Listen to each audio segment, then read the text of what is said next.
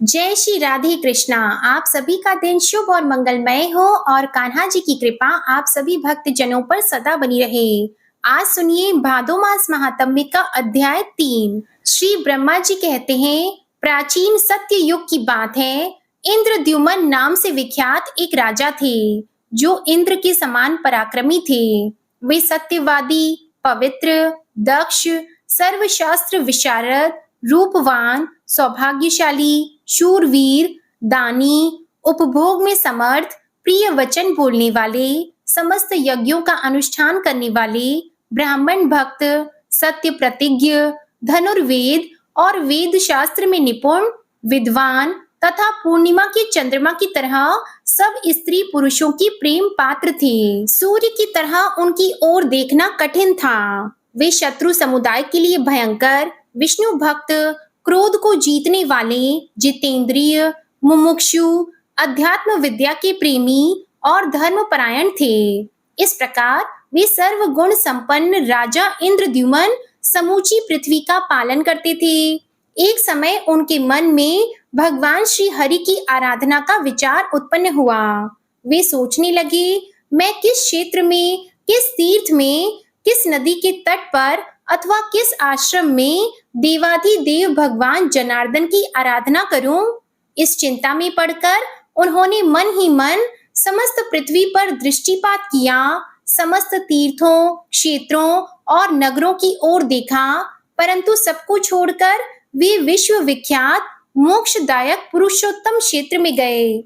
वहां उन्होंने बहुत ऊंचा मंदिर बनवाकर उसमें बलराम, श्री कृष्ण और सुभद्रा की स्थापना की तथा विधि पूर्वक स्नान, दान, तप, होम और देव दर्शन रूप पंच तीर्थों का अनुष्ठान करके प्रतिदिन भक्ति पूर्वक श्री पुरुषोत्तम की आराधना की और उन्हीं की कृपा से मोक्ष प्राप्त किया। मुनियों ने पूछा, सुरश्रेष्ठ, राजा इंद्रद्युमन मुक्तिदायक पुरुषोत्तम क्षेत्र में किस लिए गए और वहां जाकर उन्होंने वह त्रिभुवन विख्यात प्रासाद किस प्रकार बनवाया? प्रजापति, उन्होंने श्री कृष्ण, बलराम और सुभद्रा की स्थापना कैसे की? ये सब बातें विस्तार पूर्वक बताने की कृपा करें। श्री ब्रह्मा जी बोले, हे द्विजवरों, तुम लोग जो प्राचीन वृतांत पूछ रहे हो, वह सब पापों को दूर करने वाला, पवित्र, भोग और मोक्ष देने वाला तथा शुभ है। इस प्रश्न के लिए तुम्हें साधुवाद देता हूँ। तुम जितेंद्रिय एवं विशुद्ध चित्त होकर सुनो। मैं सत्य युग के राजा इंद्रद्युमन का चरित्र बतलाता हूँ।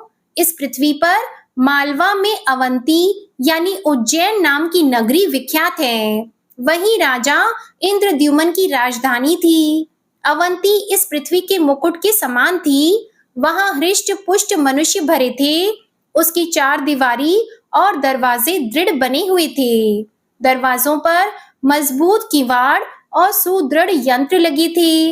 नगर के चारों ओर अनेकों खाइयां बनी हुई थी। नगर में बहुत से व्यापारी बसते थे। नाना प्रकार के बर्तनों की अच्छी बिक्री होती थी। रथ चलने लायक सड़कें और बाजार सुंदर थे। चौराहों से चारों ओर जाने के लिए मार्गों का अच्छी प्रकार विभाग हुआ था। अनेकों घर और गोपुर बने हुए थे। बहुत सी गलियां उस नगर की शोभा बढ़ाती थीं।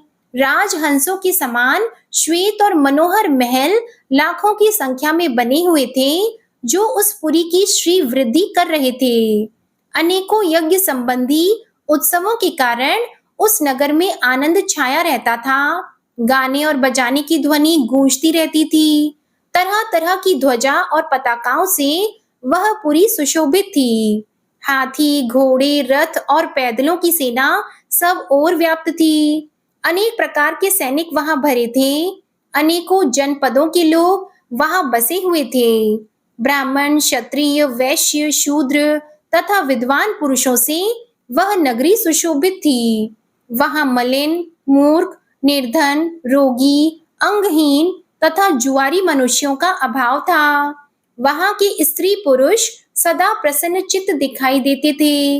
वे सब रत्नों के दाता तथा सब प्रकार की संपत्तियों को भोगने वाले थे। अवंतीपुरी में त्रिनेत्रधारी त्रिपुर शत्रु भगवान शिव महाकाल नाम से प्रसिद्ध होकर रहते हैं। वे समस्त कामनाओं के पूर्ण करने वाले हैं। वहां एक शिव कुंड है जो सब पापों का नाश करने वाला है। उसमें विधि पूर्वक स्नान करके देवताओं, ऋषियों और पितरों का तर्पण करे। फिर शिवालय में जाकर भगवान शिव की 3 बार प्रदक्षिणा करे।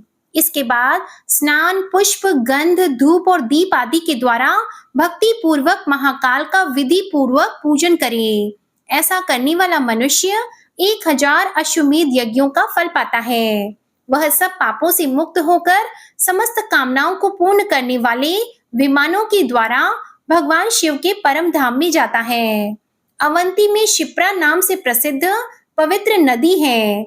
उसमें विधि पूर्वक स्नान करके देवताओं और पितरों का तर्पण करने से मनुष्य सब पापों से मुक्त हो जाता है और श्रेष्ठ विमान पर आरूढ़ होकर स्वर्ग लोक में नाना प्रकार के भोग भोगता है। वहीं देवादि देव भगवान जनार्दन भी निवास करते हैं, जो गोविंद स्वामी के नाम से प्रसिद्ध हैं।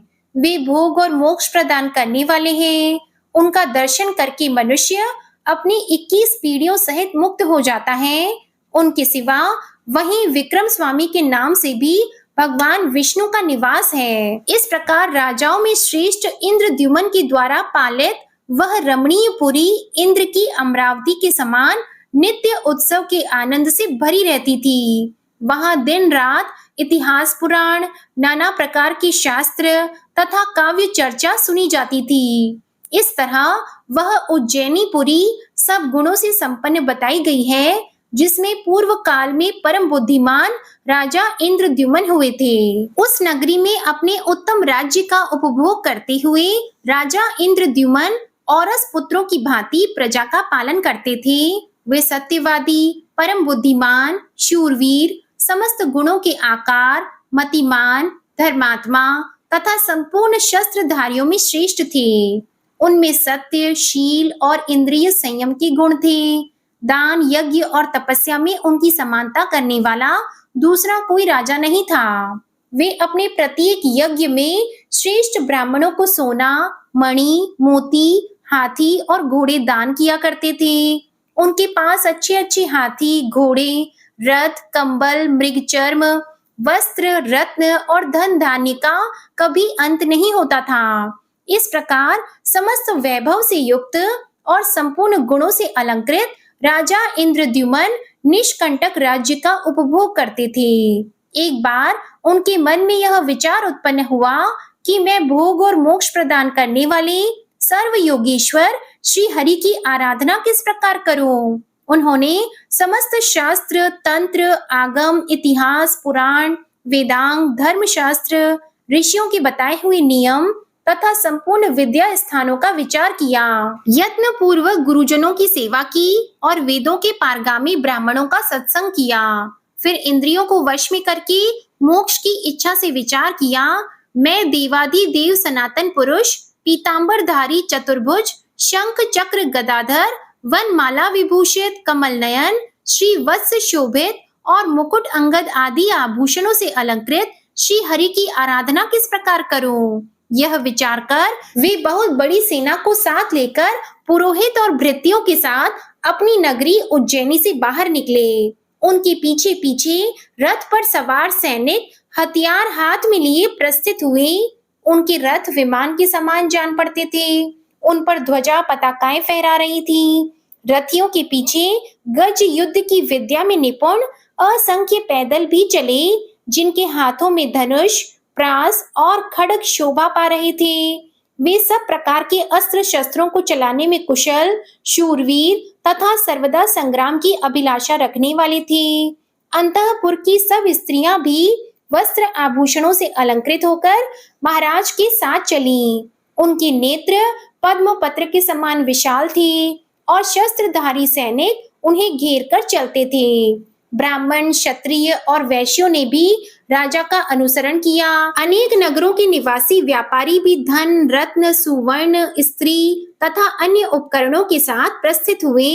अस्त्र शस्त्र, तांबूल, तृण, काष्ठ, तेल, वस्त्र, फल और पत्र आदि की बिक्री करने वाले लोग अपनी अपनी दुकान लेकर राजा के साथ चले।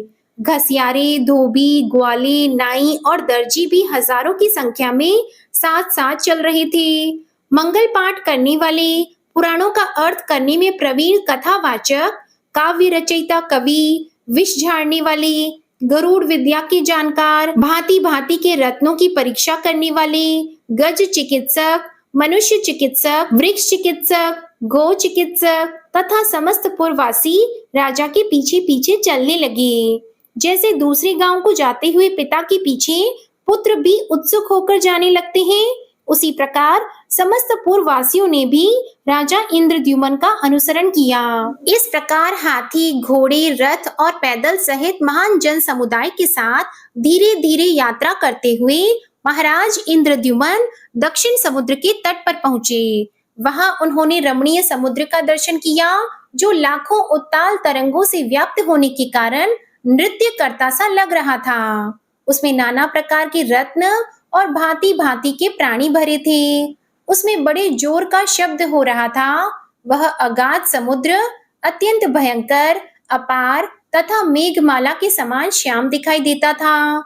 उसी में भगवान श्री हरि के शयन का स्थान है। खारे पानी से भरा हुआ वह नदियों का स्वामी सिंधु परम पवित्र, सब पापों को दूर करने वाला तथा संपूर्ण मनोवांछित फलों को देने वाला है। ऐसे समुद्र को देखकर राजाओं में श्रेष्ठ इंद्रद्युम्न को बड़ा विस्मय हुआ। उन्होंने समुद्र के तट पर पहुंचकर एक मनोहर प्रदेश में, जो सर्वगुण संपन्न एवं पवित्र था, वहां निवास किया। मुनियों ने पूछा, ब्राह्मण, भगवान विष्णु के उस परम पवित्र पुरुषोत्तम क्षेत्र में क्या पहले भगवान की कोई प्रतिमा नहीं थी, जो राजा ने सेना और सवारियों के साथ वहां जाकर श्री कृष्ण, बलराम तथा सुभद्रा जी की स्थापना की? ब्रह्मा जी बोले, हे महर्षियों, इस विषय में समस्त पापों का विनाश करने वाली प्राचीन कथा सुनो। मैं उसे संक्षेप से कहूंगा। एक समय समस्त लोगों की सृष्टि करने वाले अविनाशी भगवान वासुदेव को प्रणाम करके भगवती लक्ष्मी ने सब लोगों के हित के लिए इस प्रकार प्रश्न किया, भगवान, आप समस्त लोगों के स्वामी हैं। मेरे हृदय में एक संदेह खड़ा हुआ है, उसका इस समय निवारण कीजिए। अत्यंत आश्चर्यमय मृत्यु लोक को, जो परम दुर्लभ कर्म भूमि है, लोभ और मोह रूपी ग्रह ने ग्रस लिया है, वहां काम और क्रोध का महासागर लहराता है।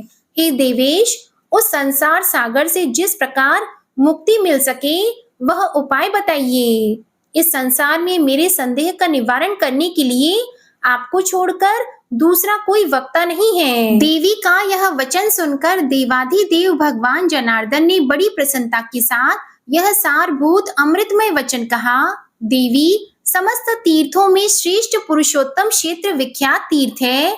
वह बहुत ही सुंदर, सुखपूर्वक सेवन करने योग्य, अनायास साध्य तथा उत्तम फल देने वाला है।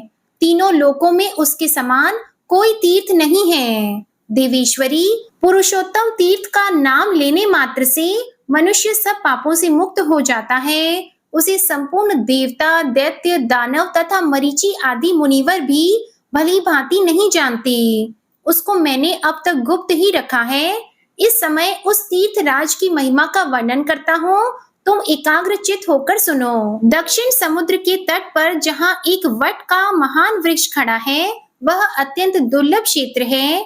उसका विस्तार 10 योजन का है। वह वट कल्प का संहार होने पर भी नष्ट नहीं होता।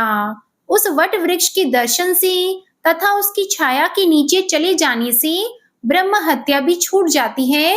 फिर अन्य पापों की तो बात ही क्या है। जिन्होंने उसकी परिक्रमा की है, उसे मस्तक झुकाया है, वे सब पाप रहित होकर भगवान विष्णु के धाम को पहुंच गए हैं। उस वट वृक्ष के उत्तर और भगवान केशव के कुछ दक्षिण जो बहुत बड़ा महल खड़ा है, वह धर्ममय पद है। वहां स्वयं भगवान की बनाई हुई प्रतिमा का दर्शन करके पृथ्वी के सब मनुष्य अनायास ही मेरे धाम में चले जाते हैं। प्रिय, इस प्रकार सब लोगों को वैकुंठ धाम में जाते देखकर एक दिन धर्मराज मेरे पास आए और मुझे प्रणाम करके इस प्रकार बोले।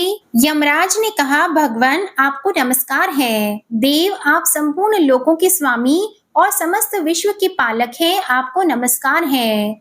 आप क्षीर सागर के निवासी और शेषनाग के शरीर की शैया पर शयन करने वाले हैं।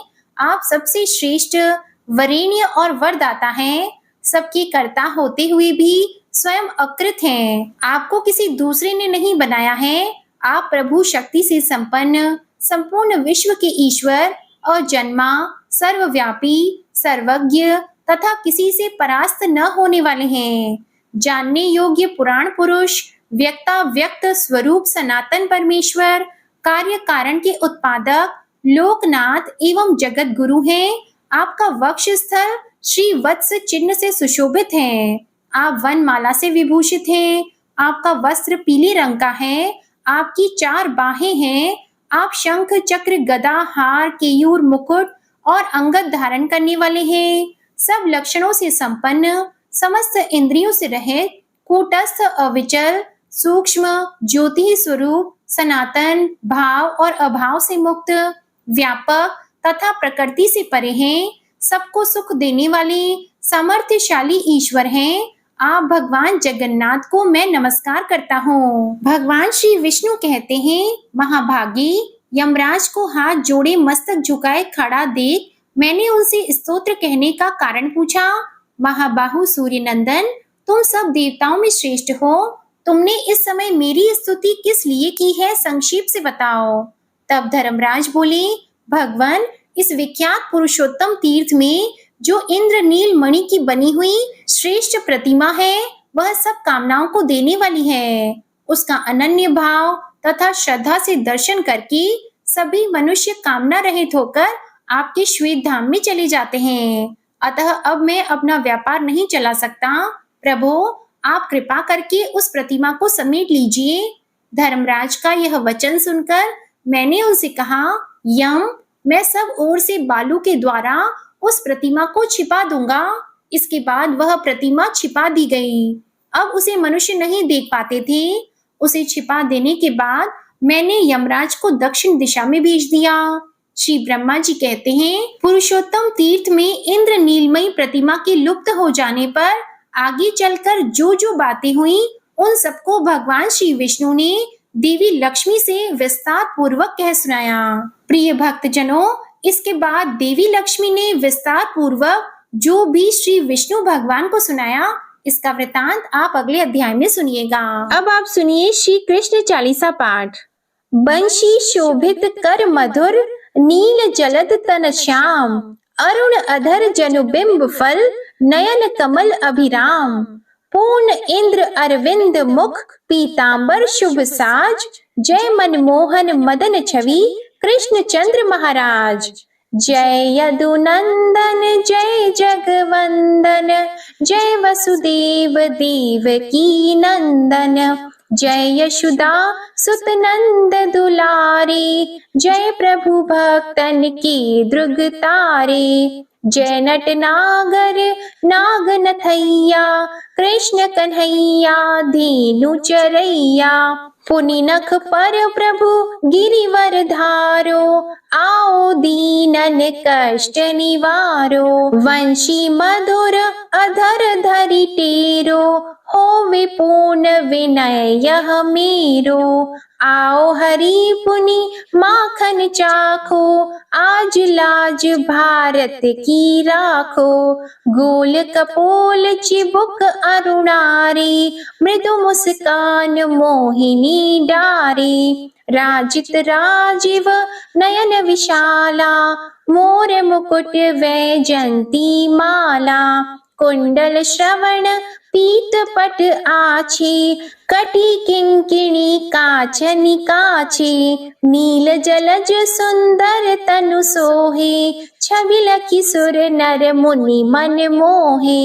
मस्तक तिलक अलक घुंघराले, आओ कृष्ण बांसुरी वाले। करि पय पान पुत नहीं तारियो, अका बका का गासुर मारियो। मधुवन जलत अगिन तब ज्वाला, भय शीतल लखतहि नंद लाला। सुरपति जब ब्रज चढ़यो रसाई, मूसरधार वारी वर्षाई। लगत लगत व्रज चहन बहायो, गोवर्धन नख धारी बचायो। लखी यशोदा मन भ्रम अधिकाई, मुख मंद 14 भुवन दिखाई। दुष्ट कंस अति उधम मचायो, कोटि कमल जब फूल मंगायो। नाथी कली यहीं तब तुम लीन है, चरण चिन्ह दे निर्भय कीन है। करि गोपिन संग रास विलासा, सबकी पूर्ण करि अभिलाषा। केतिक महा असुर संहार्यो, कंस ही केस पकड़ी दे मार्यो। मात पिता की बंदी छुड़ाई, उग्रसेन कह राज दिलाई। मही से मृतक छहो सुत लायो, मातु देव की शोक मिटायो। भौमासुर मुर दैत्य सहारी, लाए 10 सहस कुमारी। देवी मही तृण चीर सहारा, जरा सिंधु राक्षस कहि मारा। असुर बकासुर आदिक मार्यो, भक्तन के तब कष्ट निवार्यो। दीन सुदामा की दुख टार्यो, तंदुल 3 मूठ मुख डार्यो। श्री कृष्ण चालीसा समाप्त होती है। प्रेम से बोलिए भगवान श्री कृष्ण की जय, गौ माता की जय। इसके आगे का वृतांत आप अगले अध्याय में सुनेंगे। आपको आज की कथा पसंद आए तो वीडियो को लाइक करिएगा, शेयर करिएगा, कमेंट में भगवान श्री राधे कृष्ण की जय लिखिएगा और चैनल को भी सब्सक्राइब करिएगा। इसी के साथ आज आप हमारे चैनल पर कजरी तीज की व्रत कथा, गुरुवार की व्रत कथा, संकष्टी चतुर्थी की व्रत कथा और भादवे की चौथ माता की कथा भी जरूर सुनिएगा। प्रेम से बोलिए जय श्री राधे कृष्णा।